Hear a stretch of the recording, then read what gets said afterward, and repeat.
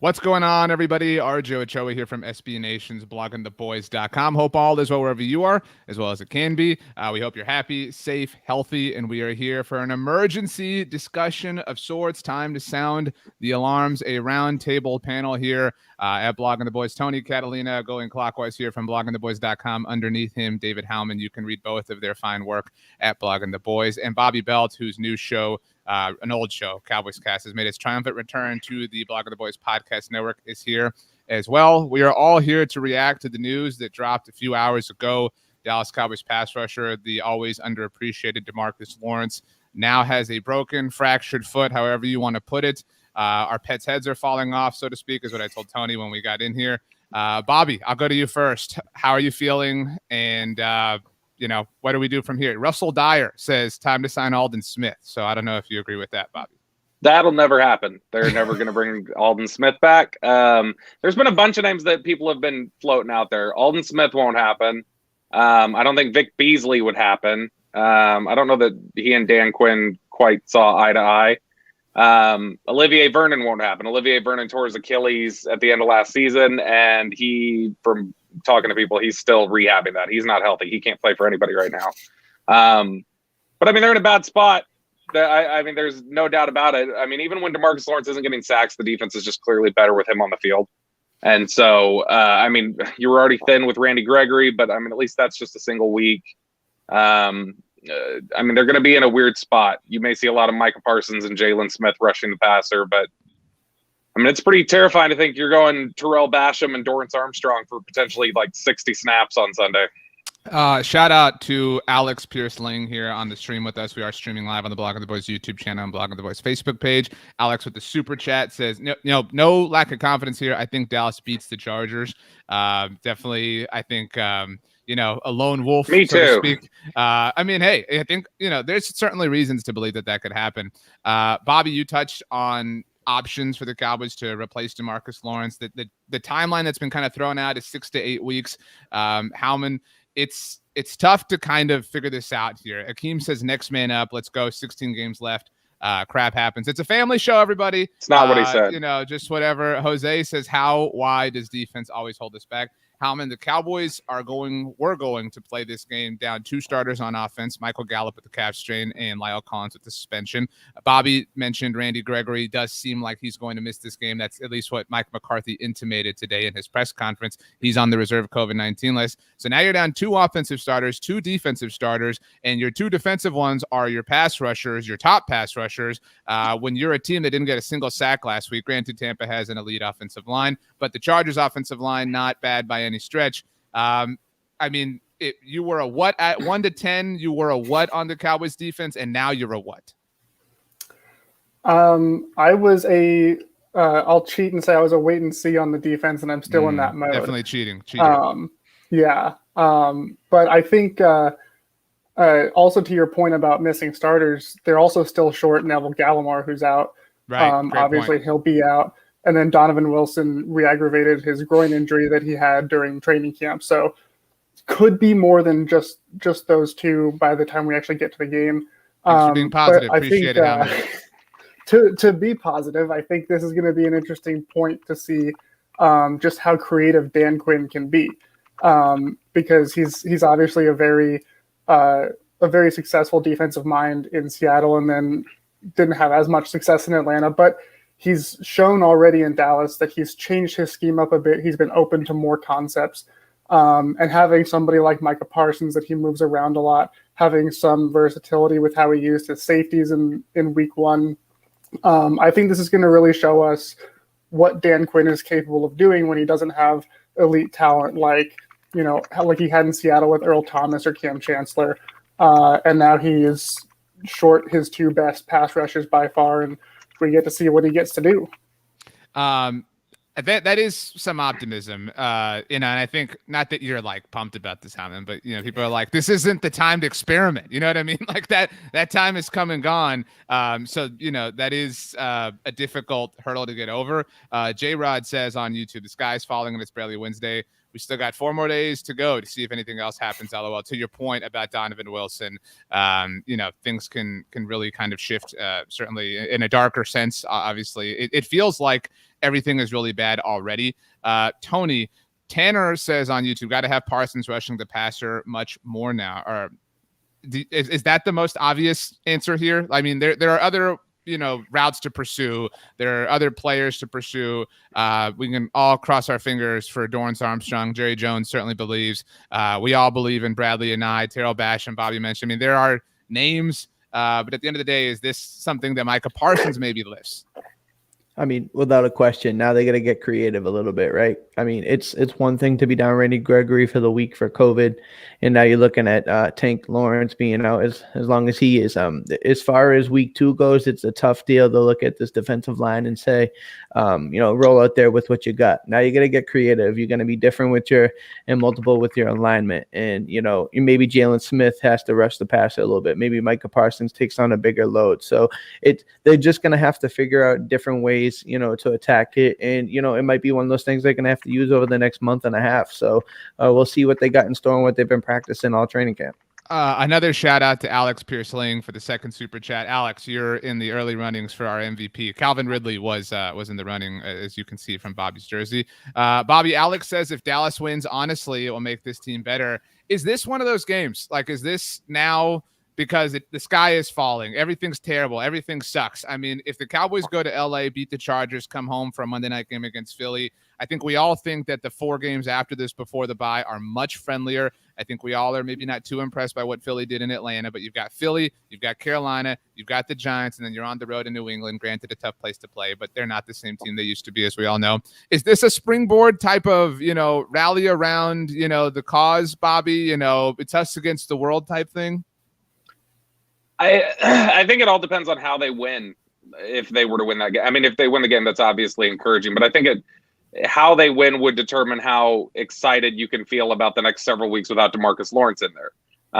If they show they can get pressure and scheme things up, and they win that way, or that's a big contributing factor, you can come away feeling good about it. But I mean, if it's a shootout and Justin Herbert's standing back there with all day and throwing for 400 yards and just Dak happens to outduel him, that's concerning for the future. I think you'll still take a victory and a victory on the road against a good football team. But I think the thing I'd most feel good about if they still go in there and win, and this is something that I think you and I talked about offline after the Tampa game, which is that's a team that last year would have folded early again with everything that went on in Tampa, like those missed kicks and some of the issues that cropped up during that game against Tampa. The 2020 Cowboys fold pretty quickly and probably get blown out in that game. So there was at least some encouraging aspects of that in terms of that they, showed resolve and that they were able to hang in there. So if they were to win, that would again be a second consecutive week where you can see in the face of challenges that they showed resolve and that they're able to, keep things together. And that's a big question, I think, for Mike McCarthy and the Cowboys in general heading into this season. And so if they're able to do that, then yeah, those are encouraging aspects of it. But I mean, overall, like, it's tough to spin this to where you're going to feel any better after this week, regardless of what happens. You're going to feel any better than you do right now that Demarcus Lawrence is gone. Yeah, I think the only way would be if Dorrance Armstrong went off, you know what I mean? If Terrell Basham, like, you would lie to yourself, you know what I mean? We would all lie to ourselves and tell us that was the case.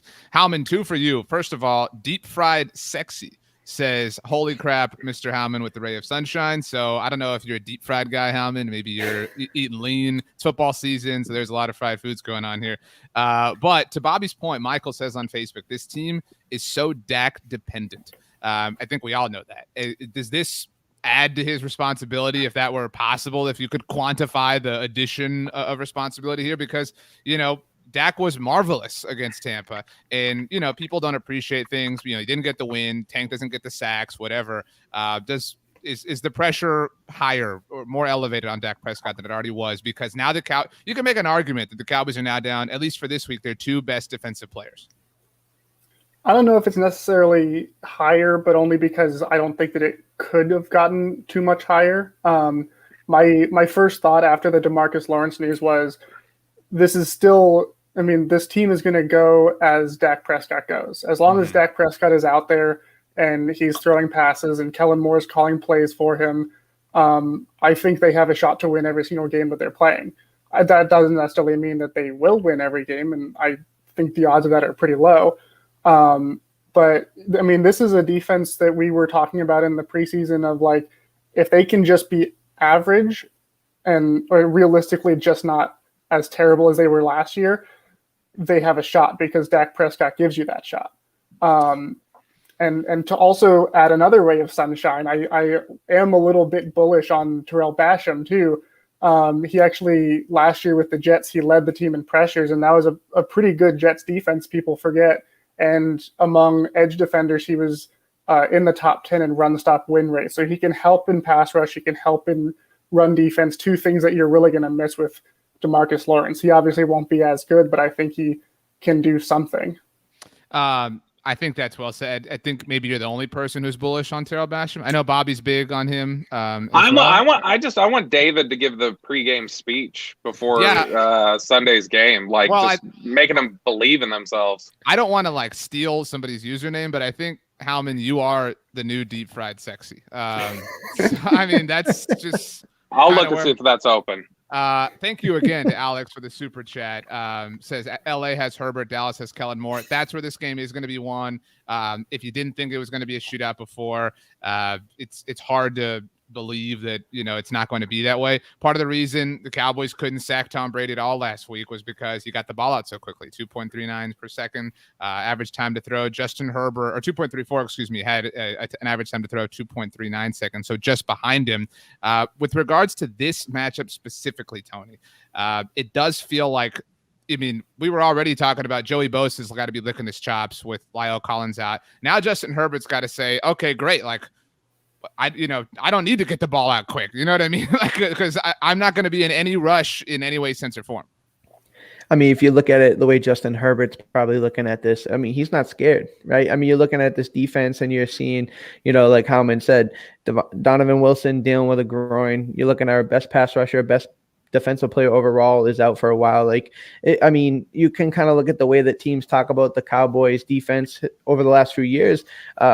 Nobody's really afraid of it, and we really haven't given us a reason to. And if you look at the amount of injuries and things that they're dealing with and obstacles, whether it be COVID or not, Justin Herbert, he's going to come in with some confidence as a young quarterback. He's going to feel like he can move the ball on us. Bobby, what's the bigger drop-off? Lyle Collins to Terrence Steele, which is what Jerry Jones said is going to be the case. I know Mike McCarthy denied that, or didn't deny, but just didn't confirm that on Wednesday. Or Demarcus Lawrence to Terrell Basham. Given what we've seen from Terrence Steele, I think you would lean towards Steele, but it's a little complicated. Right, things aren't terrible here. No, it's a little complicated because I think that you've heard positive things from them. It remains to be seen how positive it is, but you've heard positive things from them about Terrence Steele's improvement. So we don't know what kind of a player he is this year yet. So that's one aspect of it. The other aspect of it is I don't think that's the right question necessarily. I think the better question is, which is the bigger drop-off, Lyle Collins to Terrence Steele, or the combined drop-off of Randy Gregory and Demarcus Lawrence to, Terrell Basham, Dorrance Armstrong, which in that case, it's a bigger drop-off to your two defensive ends. You're missing 3 starting defensive linemen probably, and your assistant defensive line coach, who also got hurt today. That's right. That's how bad the injuries are now. It is kind of funny to think when that game ended, we knew kind of where the injury situation was. When that game ended, if I would have told you next week they're going to have to play without both their starting defensive ends and their starting right tackle, it would have seemed inconceivable. But here they are.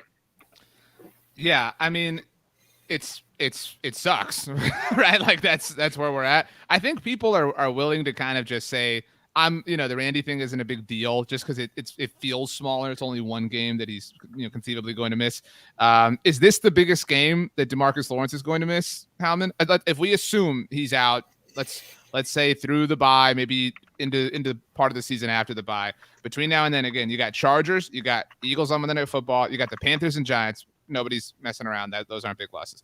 You got the Patriots and the Cowboys are on a bye. They return on Halloween night to play the Minnesota Vikings. And to be clear here, people are going to freak out, right? If the Cowboys lose, we're going to hear nothing about even though now we're at 17 games of the regular season, playoff odds when you start off 0-2, blah, blah, blah, whatever. But if you lose to the Chargers, I would 1,000 times, I think everybody agrees, rather lose to the Chargers than the Vikings or even the Panthers, just because of the way the playoff formula works. And so, but is this the biggest game for Tank to miss in that potential stretch? I would say yeah. And especially because the Chargers are very much a team on the rise right now. A lot of people have them as a dark horse pick to sneak into the playoffs at the end. They obviously have Justin Herbert, who won Rookie of the Year. They have a young new head coach who did great in LA last year as a defensive coordinator. So I think that's one of those losses where, like, if we do and the Cowboys do end up losing this game, you can kind of look at it as, well, it's not like they lost to the Eagles, Right. Which could also happen the week after. We don't know, but we'll keep it positive. And I think that just in general, when you look at this schedule, most of their hard games are in the back half of the schedule. We knew that week 1 was going to be really difficult with the Buccaneers, but I mean, you're talking about the Saints, the Chiefs, so many divisional games right there at the end. The Cardinals looked really good last week. So if you had to pick a time to lose people like La'el Collins, people like Demarcus Lawrence, yeah, it might be now. It's obviously never ideal to lose them, but if you have to lose them, Ooh, Bobby, you disagree. I mean, my whole thing is, like, this is the cupcake part of the schedule. This is where, if you're going to contend at the end of the year, like, you need to be winning games around here. Right. The game's going to be tough enough in the second half of the season with Demarcus Lawrence. It just feels like almost bad luck in that. Yeah, I know you can look at it from that perspective, that this is where you'd rather have him out is the games against easier opponents. But you're also looking at, you're getting now to a point where you're more leveling the playing field against what were supposed to be cupcake games that you're supposed to sail through, because the second half of the season is going to be hard enough. I think that's a good point. Like, these are the games. I'm a firm believer in there are 3 types of games. There are the games you're supposed to lose, right? I think we all would have said, like, Tampa's a game they're supposed to lose. Kansas City's a game they're supposed to lose. Maybe some people would have put this game in that category. There's games you're supposed to win, like the Panthers are a game they're supposed to win.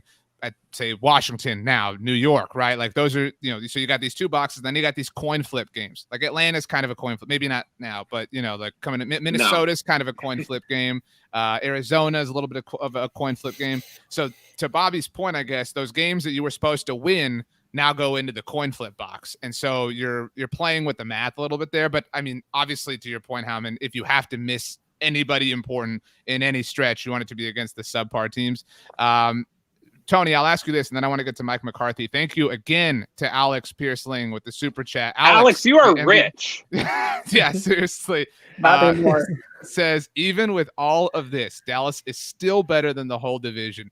Tony, do you agree?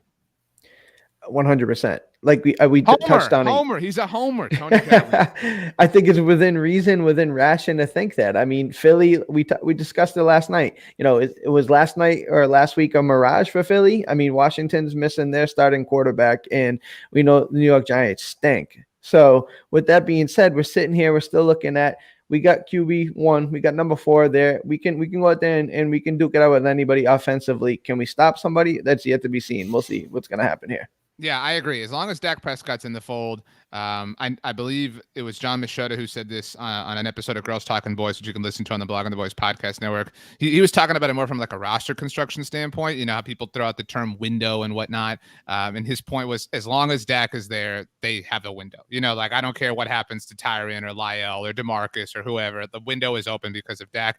Bobby, I want to ask you this because you are a Mike McCarthy hater.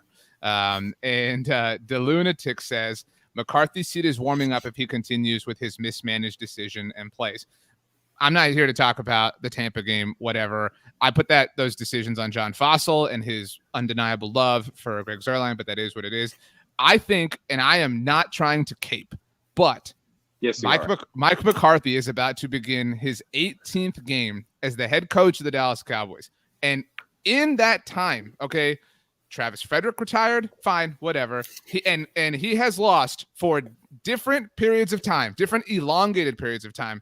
Dak Prescott, Tyron Smith, La'el Collins twice. Okay, Mike McCarthy is going to go his first 22 games as the head coach of the Cowboys and only have had La'el Collins for 1 game. Leighton Vander Esch last year, he's lost other players for little spells, but that is what it is.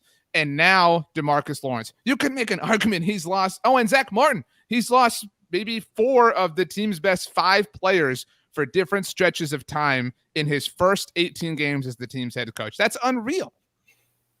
You done? I am done. Now I'd Okay, like you to respond. Good. First off, I thought there was a good note from John Machota that I heard on the Athletics podcast where he had said that when Lyle, Zach Martin, and Tyron Smith all play, do you know what the team's record is all time when they all 3 play? Lyle, Zach Martin, and Tyron Smith? Mm-hmm. I think we should all guess. Tony, you should go first because I'm still thinking. I couldn't even put a number. Bobby? Give us a number of games. 51. Oof. What is it? We talking 39 and 12? RJ? Howman. I'm going to say 25 and 26. I'm going to say... So we're talking like Travis Frederick isn't involved here, or is he? No, we're talking about Zach Martin, Lyle Collins, and Tyron Smith. So over the last 2 years, All time.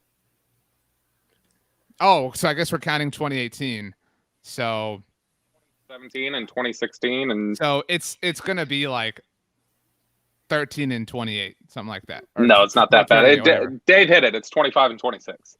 Dave, holy crap, deep fried sexy. Which by the way, I looked it up. That's like like some folk duo, so you can't have that Twitter handle. I'm sorry. So I mean, sure, he's been without these, but I mean, it's not like they've got like a great record with all 3 of them. They're in there anyway. Now they're good players. I don't want to make it sound like that doesn't matter. A lot of that came from 2015 where they went 4-12 and they won the first 2 games of the year, one of them with Ron Leary in there. And so I get it's a little underwater to start, but you'd figure it'd be a better record than that. But no, I think the Joneses are going to make all the same sort of excuses you just made for him. So it's kind of irrelevant. Valid. Are they not? Howman, no. Are those not valid data points? McCarthy has lost these essential players. No, hold on. It's not valid because it's the greatest. One of my favorite quotes of all time is from A Bug's Life, where Princess Ada is making all these excuses, and Hopper walks up to her and says, "First rule of leadership: everything is your fault." And that's the case. Everything is your fault when you're the head coach. You can't say, "Well, Bones Fossil did this." Well, he oversees Bones Fossil. It's his fault. He oversees so much of this stuff. He's the one who didn't have it prepared last year. He's the one who ultimately is responsible, even if it's a collaborative effort. He's the one ultimately responsible for what they have in terms of depth behind players. He's the one that's responsible for running Terrence Steele out there last year and this year. That's fair. So, I mean, I think there's a lot of issues with Mike McCarthy, and I don't think we've seen really any benefits yet. I don't know what he does really well for this team. And I think it's just, I mean, at this point, I know everybody thought it couldn't get worse than Jason Garrett. I think Jason Garrett would have done a better job the last 2 years coaching this team than Mike McCarthy. Well, the last 2 years includes Jason Garrett, to be clear. I mean, you're talking the last year and this year, the last 17 games, okay. The last 2 seasons. All right, Howman, you've heard. I don't mean to be like the McCarthy guy. The McCarthy project's already a thing. Bobby, what you said has merit, but I'm saying there's a point of maybe call it sympathy from Mike McCarthy in this. It sucks, and other teams deal with things that suck all the time. Howman, where are you at? Somewhere in the middle. Also, is A Bug's Life among your favorite Pixar films? A Bug's Life is pretty great. I think I'm definitely somewhere in the middle. By the way, Howman, sorry, we have another super chat from Alex again, just making it rain. Says, Bobby, look at the draft. Mike McCarthy's turning it around. He paid so that you could hear that comment. I feel like we need to take Alex to the champagne room. Howman, go ahead. I'm definitely in the middle of the two of you on Mike McCarthy. I defended him a lot last year, and I think so far in the one game that we saw this year, I did not like his decision making, and a lot of it does fall at his feet. Ultimately, as it pertains to his job security, it all depends on one man, and that's Jerry Jones. Like, Jerry will make excuses for you if he likes you, and if he's ready to move on from you, then the things that's your responsibility, then you're going to be held accountable for that. Obviously, it sucks to lose players, But Mike McCarthy's one Super Bowl year in Green Bay, they were missing tons and tons of players. He always talks about it. And he loves to brag about that, right? Exactly. He brags about it a lot. And it didn't work out last year, but, I always went back to, the year he won the Super Bowl, he didn't lose Aaron Rodgers. He lost Dak Prescott last year. But this year he has Dak for now, and he is losing other players around him. And we'll see if he can replicate that kind of magic. And if not, then you'll have to come back to, what does he do as a head coach? Tony, so then fix this. Like, who are we mad at? Like, are we just mad at like the world? You know what I mean? Like, where do we displace this anger, this frustration? Because this Demarcus Lawrence thing does feel like the Arpet's head is falling off moment, right? It feels like the break point. It feels like, man, like we already dealt with Zach Martin missing the opener and we lost. Oh man, this sucks. Okay, cool. Zach's back. Randy's gone. Holy crap. We're already dealing without Neville Gallimore. Now Lyle Collins is suspended. Michael Gallup's hurt. Like this feels like I don't blame people for getting broken by this as a fan. So like, where do you name somebody? Give us a name, Tony, to be upset with. You can't put it on one thing. I think Bobby hit it on the head. He said, Bobby, don't. When we came off the field at the end of week 1, you're like, okay, this is who we understand is hurt. Michael Gallup's in a boot, and then it just progressively got worse as the week went on. And now we're sitting here at Wednesday, and it's like we're down both DNs, and Donovan Wilson isn't going to play. We shouldn't be mad at anybody. I think it's one of those like shake your head and just like laugh moments because it's like, all right, what else? You know what I mean? What else is going to happen? We still got 3-4 days till the game time. So it's a tough situation. And, I try to stay as optimistic and positive as I can. But I think in our group chat pre this, I was just like, man, I'm exhausted. I'm exhausted. It's week 2. Yeah. I mean, it sucks.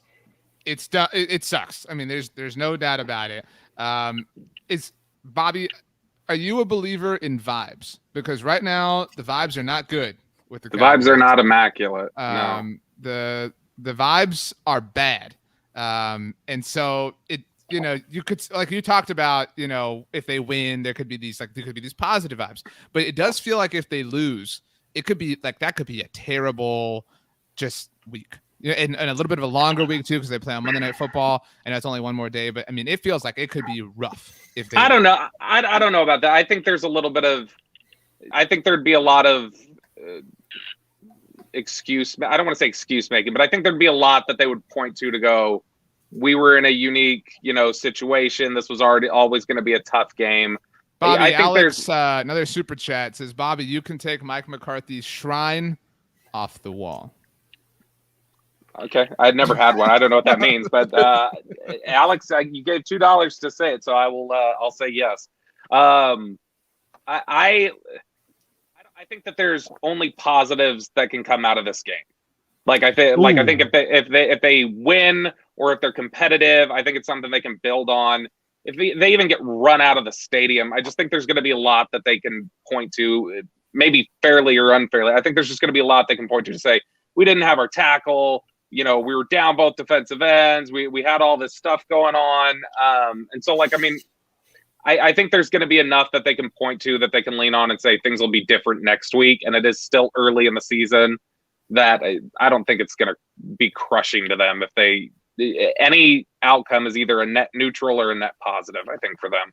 Do you agree, Howman? Is this a we can only go up from here type of game? In a weird way, that's sort of liberating, right? You know what I mean? Because it's like, hey, it feels not the same thing, but kind of like, this never happened to me. You're a really bright guy, Hammond, so I'm sure it did to you at Arizona State, right? Correct. Yep. Or you already had your A locked up in the class, and the people that always brag, I can get a 14 on this test and still get an A in the class. So it kind of feels like that a little bit. I don't know if that analogy totally fits. I think it fits. And I think for more than anything, they still play in the NFC East. And those 3 other teams, I think the only other team that was a legitimate threat was Washington, mostly because of their defense. Well, they lost Ryan Fitzpatrick for the next however many weeks he's supposed to be out, and they're rolling about with the same Taylor time Heineke. Frame that Demarcus is supposed to be at now. By the way, about 6 days. Right, and so now they're going to roll with Taylor Heineke, who looked good in his one game in the playoffs, but it's one game that he played and didn't even. I don't remember if he actually started the game, but even then. he's now going to have to be the starter for multiple weeks. The Giants did not look like they had anything really going this past week. And then Philly won, but it was against one of the teams that is probably going to be even worse than they are this year. So I think that, this team still has a lot of talent, especially on offense because of Dak Prescott. He has Amari Cooper and he has CeeDee Lamb. Ezekiel Elliott might even carry the ball this week. So they have a lot of talent on offense, and offense is ultimately what can propel you to get a win more so than good defense. Not saying defense doesn't matter, but they can survive. Bobby, you are kind of our cash cow, Howman, not to just abruptly pivot, but Alex with the next super chat says, Bobby, I disagree. Jason Garrett would not have them prepared. Let's circle back to that. While we give Bobby a chance to think, yes or no, Tony, do you believe that Jason Garrett would be able to steer the ship better in this sense, beyond the fact that he was just their guy, that he was super professional? Like, that seems to be his most redeeming quality here. I mean, you think that's kind of what it is with Jason Garrett, right? Everything is just like even keeled. You get blown out, you win a big game. Everything is right there. It's about the right kind of guy, and it's about, winning the day and fight, right? So I don't know if, as many cliches as you can throw out there for Jason Garrett and how many phrases he has. But last year, and it kind of comes off hollow because, a team won the Super Bowl and somebody figured a way to make it work in a crazy year, and we didn't. But, the kind of looking at the hand that everybody was dealt, and including us losing the quarterback, I just don't see how Jason Garrett would have been personally, better than Mike McCarthy in the instance. You lose your quarterback and things just unraveled. Bobby, defend that. In fact, D Shift says, hell no. He won one game without Romo in 2015. Yeah, and then he won 13 games without Romo in 2016. So, yeah, but the common denominator for any greatness since 2016 is Dak Prescott. Right. That's and I think we would all agree with that. Like, that's the common denominator. And I think to the point you brought up, Howman, the Cowboys play in the NFC East.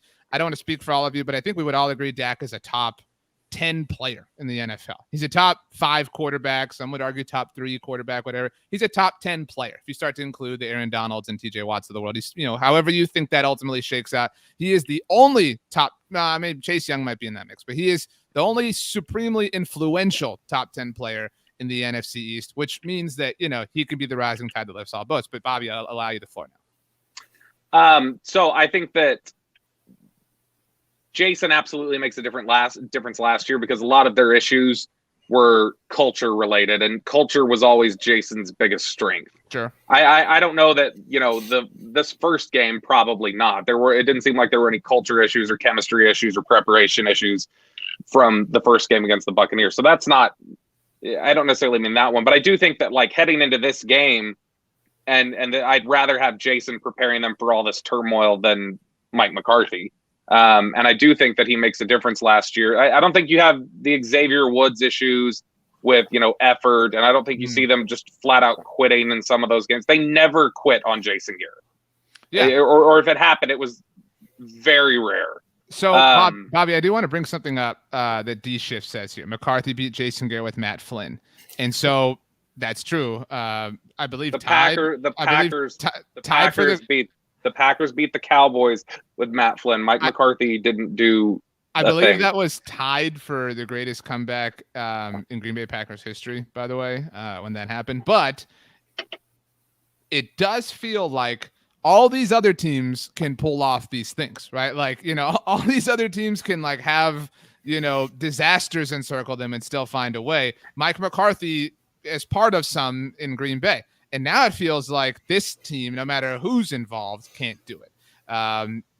Maybe you don't think the Cowboys are at a disaster level, but it certainly feels like we're at like DEFCON 2. Is that fair to say? I mean, so this team has not thrived in DEFCON 2, regardless of who the head coach, or I don't even want to, take this away from Dak, but regardless of who the head coach or quarterback are, this is a common denominator for this team. When the crap hits the wall, when serious adversity, football adversity hits, you're right. Jason Garrett, incredible person, incredible leader through off the field adversity, things like that. But football adversity has plagued this team time and time and time again.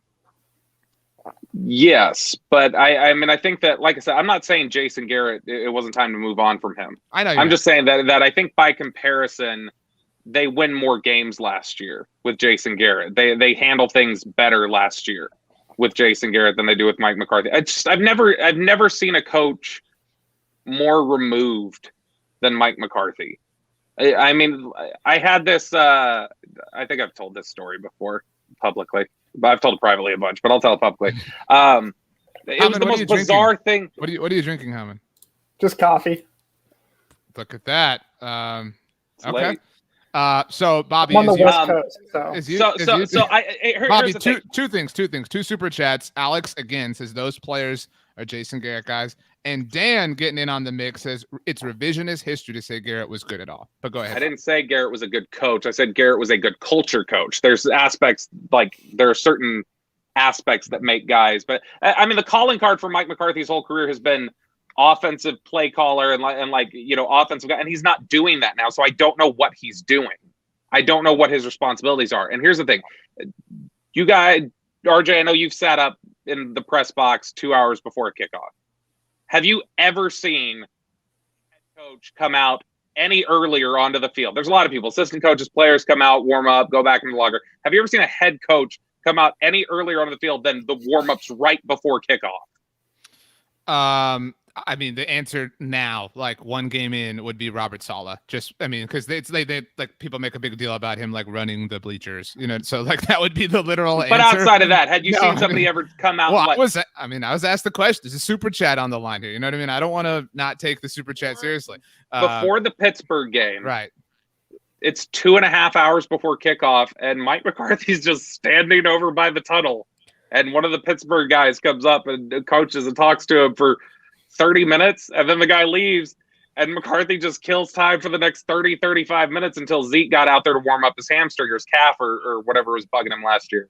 But I've never seen a coach come out at all and just kind of hang around the field 3 hours before kickoff, much less spend an hour just sitting out there doing nothing. It's just the most, and you talk to people and you hear stuff about from Green Bay and even stuff now, and there's a little bit of a question of like, what is it that he's got his hands in?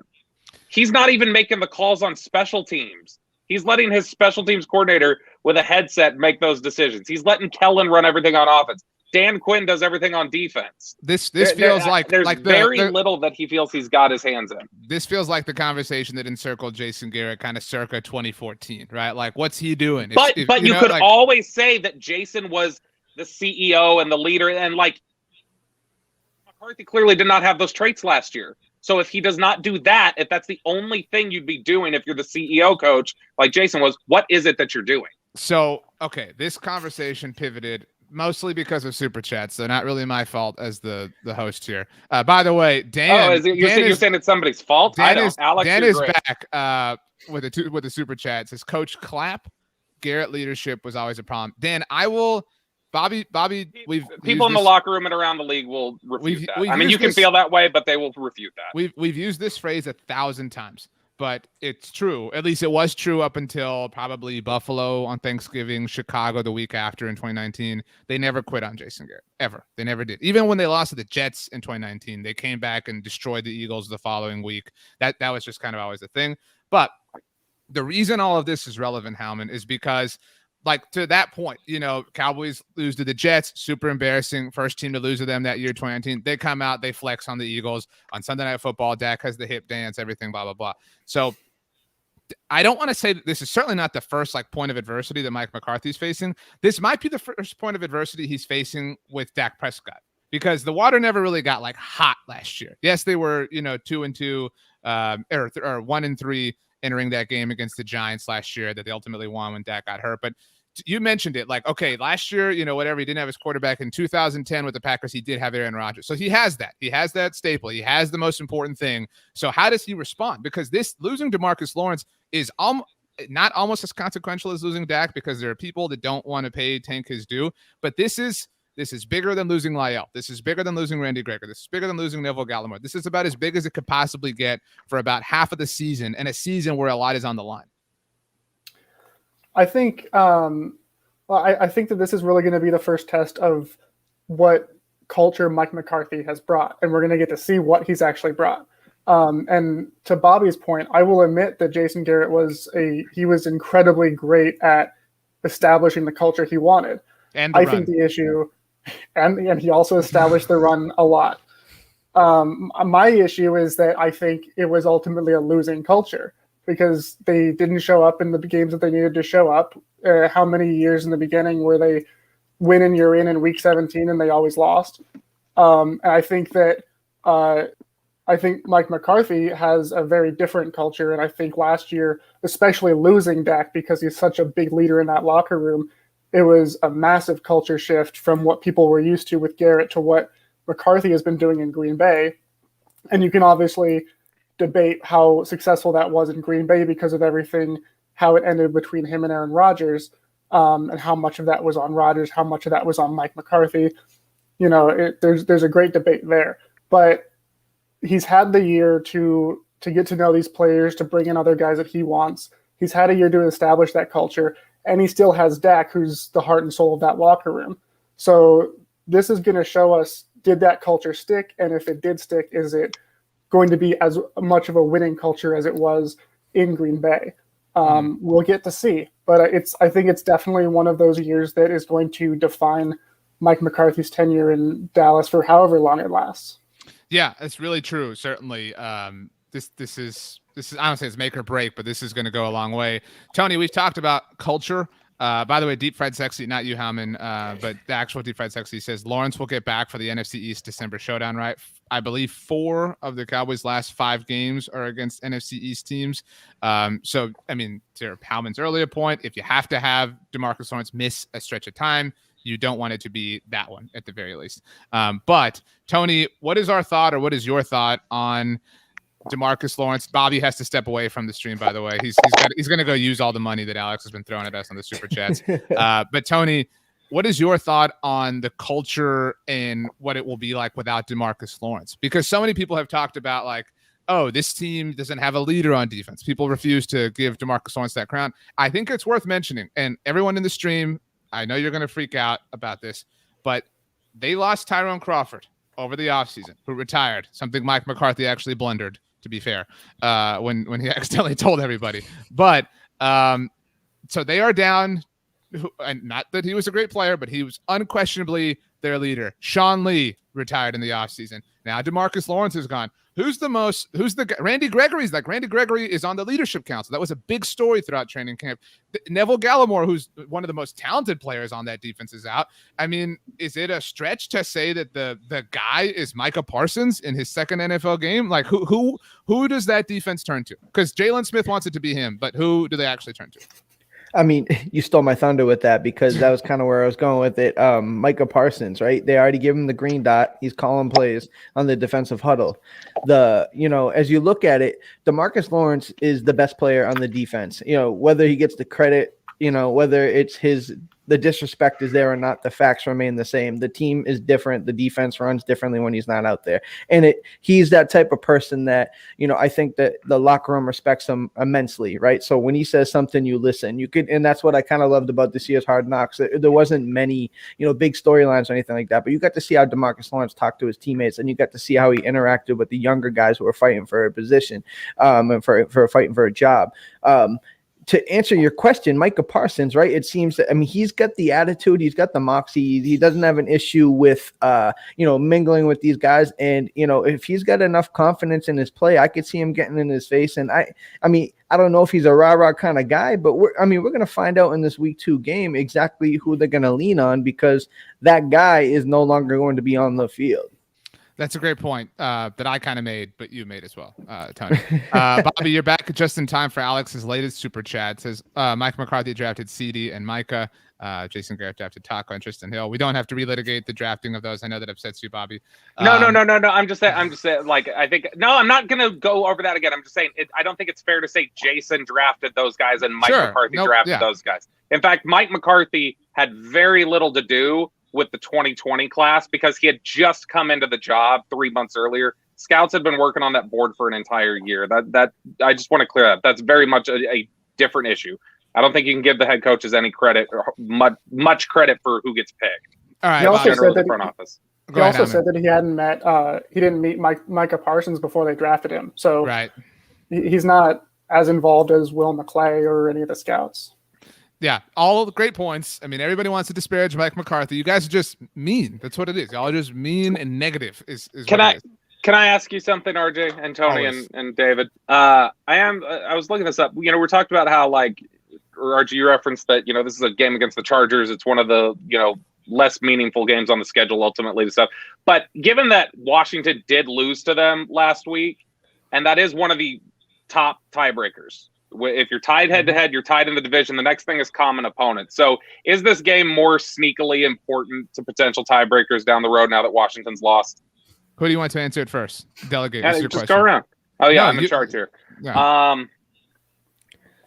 Tony.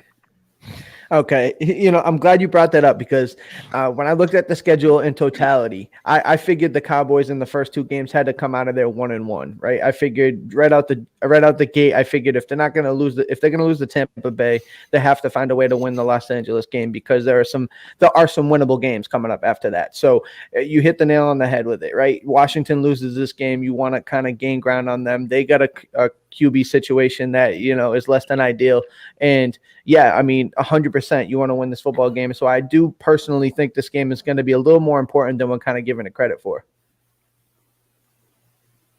Bobby again. RJ, shut up. Dave, you go. I mean, I think it's a good point to bring up. I think it obviously makes the game important, but at the end of the day, I mean, the path to the playoffs is very simple. You win your division and you get in. And they're playing in a fairly weak division. At least last year it was weak, and it looks to be similarly weak this year. And take care of your division games, and that's going to be what gets you there. RJ, you may speak now. Thank you. So I'm going to go a direction that I didn't anticipate going in, but I've been partly swayed by each of you. So great job to all of you. I think this is important, and I hate to make this about narrative. This is important because what we've talked about, the culture, the who you are, you know what I mean? Because if you go out and some of it, you mentioned this earlier, Bobby, depends on how you win, how you lose. If they lose, just what if Justin Herbert throws for 500 yards? So, maybe you just ran into an elite performance, but if they go and they win, that's such a powerful thing, especially to your point, the week after they beat Washington, not only beat them, but their offensive line handled the pass rush. Maybe they get they had Washington had the lowest pass rush rate against the Chargers than anybody else did across the entire NFL in week one. So what if the Cowboys show up and Terrell Basham and Dorrance Armstrong show up and kick their ass? You know what I mean? That's a huge boost of momentum for a stretch of games that is not necessarily going to be difficult, but it does kind of announce yourselves, not to anyone, but even to yourself, right? You walk a little taller, you feel a little bit bolder. And I don't want to say this team hasn't had that win in the Mike McCarthy era because the era is so small and short, but they kind of haven't had that win. I mean, I don't count any of I think the win in Minnesota last year was really powerful because they came off the bye, the watermelon smashing. I know you hated that, Bobby. We've talked about I loved it. So I think that win was really, really powerful. But, all of the momentum from that tragically got taken away from them and things became about, rightly so, more about football or more about life than about football. Again, rightly so. So if you look at they have one win with Mike McCarthy and Dak Prescott that he played the entire game in, and it was the watermelon kick game, right? And that was fun and exhilarating and dramatic and cool, but it wasn't a high quality win. You know what I mean? It was when you're starving because you haven't eaten all day, you've been working, and it's 10 p.m. and you're I'll just go get fast food and because I need nourishment. I want the prime rib, sides I prefer, nice appetizer, palate cleanser, cocktail on the side, classic tried and true meal. They have not had that yet. And again, the sample size is incredibly small. So in a weird way, this would go a long way towards being that, even if it is another Dak lifts them, is heroic, etc., blah, blah, blah. But they really, really, really need that. So all of that is independent of the fact that it's against the Chargers. But what you said has merit, what you said has substance. And I think it would be particularly impressive, even though Ryan Fitzpatrick got hurt, it would be particularly impressive for the Cowboys to beat them this very next week to kind of prove we don't, yes, we and because everyone right now, or at least everyone from Thursday night until Friday morning was hyping the Cowboys up about this team can go the distance with the world champions, blah, blah, blah. And then everything broke. And so this would, I think, reignite some of that confidence and say, okay, that wasn't a fluke that they went head to head with Tampa. They really can compete. They can handle adversity. They can be coached up. They can, all the lame cliches that you want to throw out. I think this is a really significant moment for them, not necessarily a game, if that makes sense. It does. No, I think, and like I said, I think that last week was such a big deal, even losing it. I know nobody want to talk about the moral victories, but it was such a big deal to me because that when Dak Prescott went out, and I guess that's where my biggest point comes in with Jason, is that I think if Jason's there, the locker room doesn't collapse the way it did. And it collapsed. We had not seen things get that tense in that locker room and that seemingly disorganized in a long time. I mean, it's 1 week he's out of the locker room and guys are talking to the media about these coaches don't know what they're doing. And I mean, you wouldn't have seen that otherwise. And so I think that last week that was a big deal. And, that they were able to hang in there and hang tight. And I also think we saw a little bit last week, some of Dak's new tendencies of leadership. RJ, I know you and I talked about it, that, he got in Biadish's face a little bit. He got in Carlos Watkins' ear on the sideline when he got flagged for unsportsmanlike conduct. He's getting a lot more vocal, a lot more, I think, demonstrative. And so I'm especially interested with the challenges that cropped up this week to see if that new style of leadership or that intensified style of leadership, if that's again on display this week and how it affects them.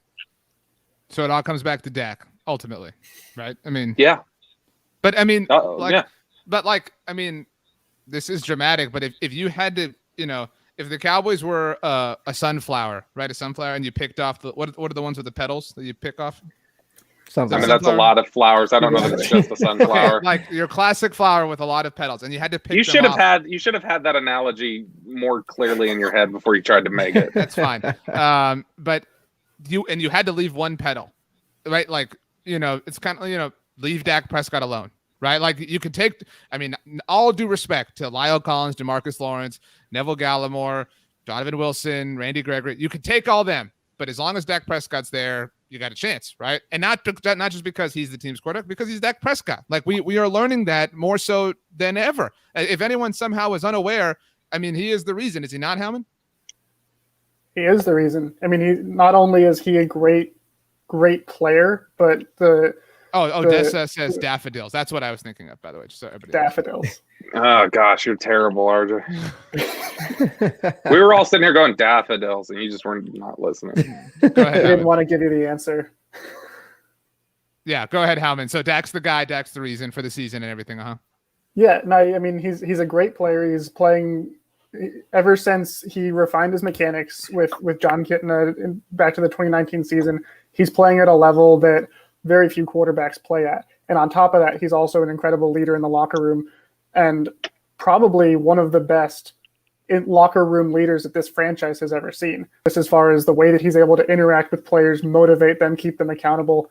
And when you combine all of that, it makes everything else not easier, because playing football at this level and playing it for 17 games and hopefully the playoffs is still incredibly hard.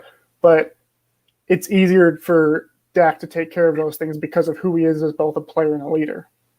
I think that's well said. Tony, as we start to wrap up, Jaime with the super chat. Thank you very much, Jaime. Says, any way that Dan Quinn can scheme up a pass rush or not? We have kind of touched on Dan Quinn, but we've talked about, some of you have chastised Mike McCarthy, Dak Prescott, Randy Gregory. Somehow Aldon Smith's name has been mentioned more than Dan Quinn, but like, this is supposed to be Dan Quinn's thing, right? Like, Dan Quinn, you're here. You're supposed to save everything. Like, how much pressure falls on him? Do you think he can fix this? Do you think Dan Quinn has a plan? Tony, go ahead.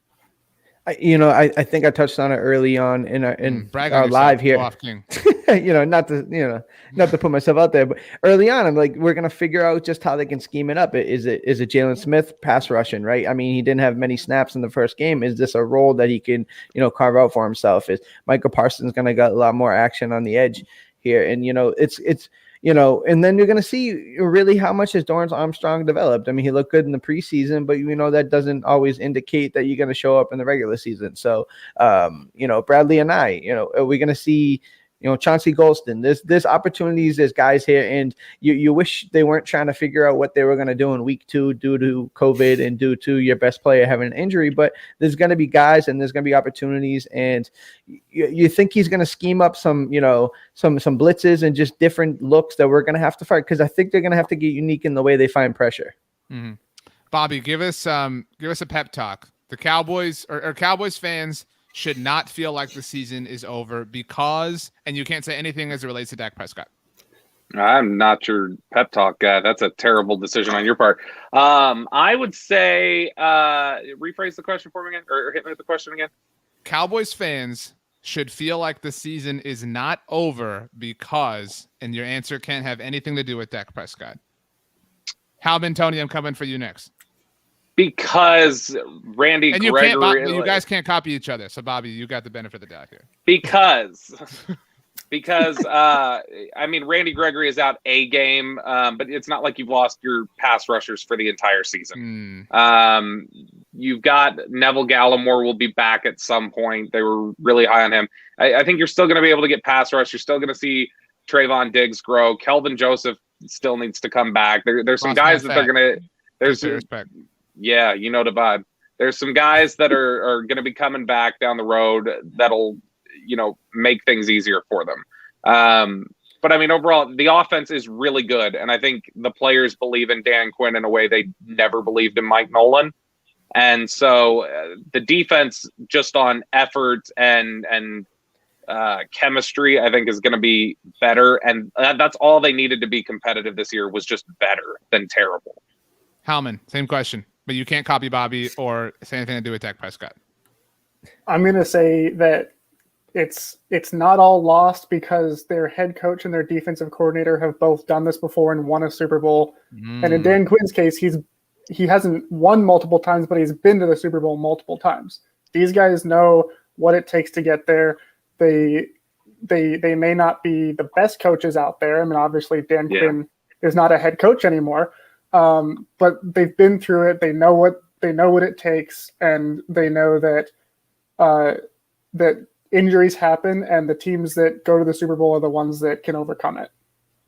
Good answers, Tony. I'm going to spare you and change up the question.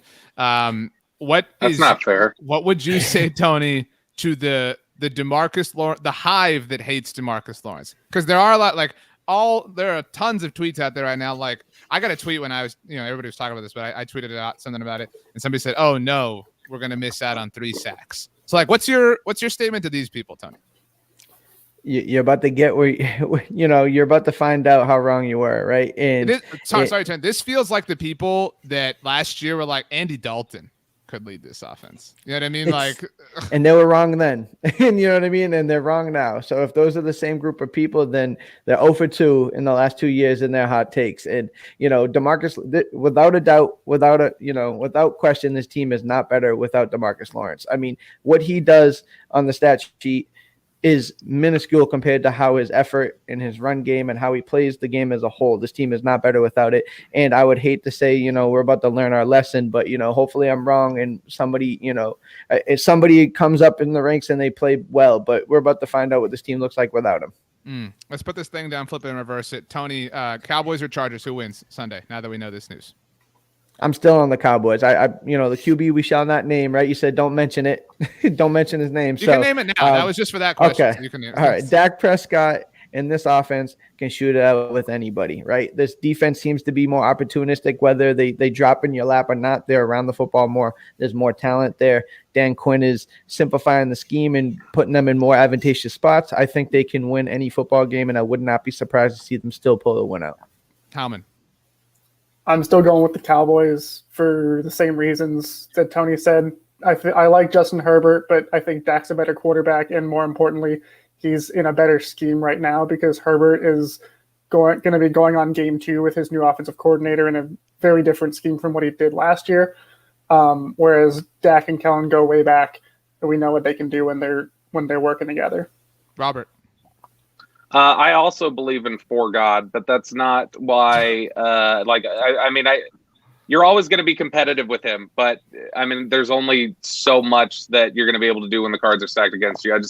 I think it's going to be really tough for them to get any sort of pressure on Justin Herbert. I think that I'm not anticipating Terrence Steele's going to do a very good job. I think Dak's going to be under a lot of pressure, more than he was last week.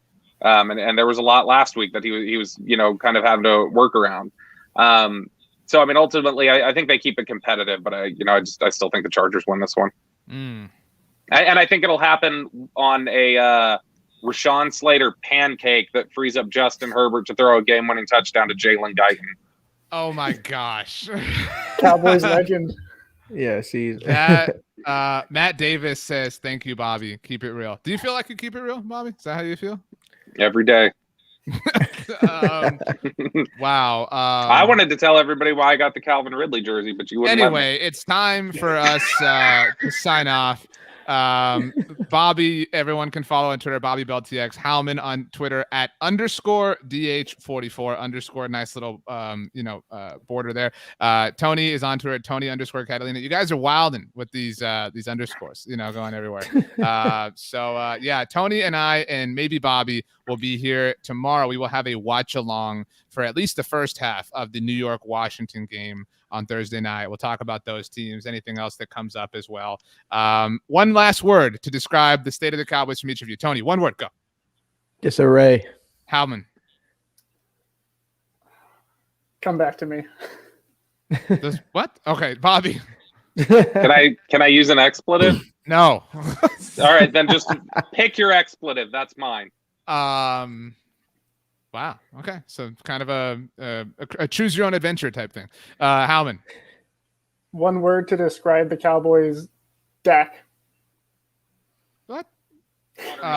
Matt Davis says dysfunctional. I don't think they're dysfunctional. I would say just it wouldn't even be a word. It would just be like a unfortunate. There you go. That's the word. Unfortunate. Everything around them is unfortunate. It's bad. This is fine. The Cowboys that meme that says. I was gonna say they're the Ben Affleck cigarette meme. That's what they are right now. I was gonna say this is fine meme with the guy burning in fire around him. This is fine. J-Rod goes death. So I mean, just that's a little bit too far. If they're Ben Affleck, does that make Jason Garrett or Jennifer Lopez? But we went back to Jennifer. Yeah, Ben Affleck went back to Jennifer Lopez though. Right. It's not coming back. Sometimes you have to go backwards to go forwards. Maybe he's Jennifer Garner. You know what I mean? Like they had Daredevil, good times. I think the Cowboys with Jason Garrett were more Daredevil than they were. Was it Geely or what was? How do you pronounce that movie? Geely, yeah. Yeah, Geely. I mean, so I'm just, that was rough. Boy, your analogies, daffodils, Geely. I don't know what the hell's wrong I didn't with bring you the tonight. Jennifer. I know, Lopez but you really tried to take hold of it, and you really struggled. I'm just saying. I did not. I forgot what that movie was called. Look, we're bros, and I'm always going to be honest with you. Not your best performance tonight. That's okay. I'll strive to be better. That's how it goes. Everybody, thanks for joining us. You can also listen to this on our podcast network if you didn't get a chance to see the whole live show. You can also rewatch it, obviously. Bobby, Howman, Tony, you guys are the best. Thanks, everybody, for joining us. We love you all. We'll see you soon.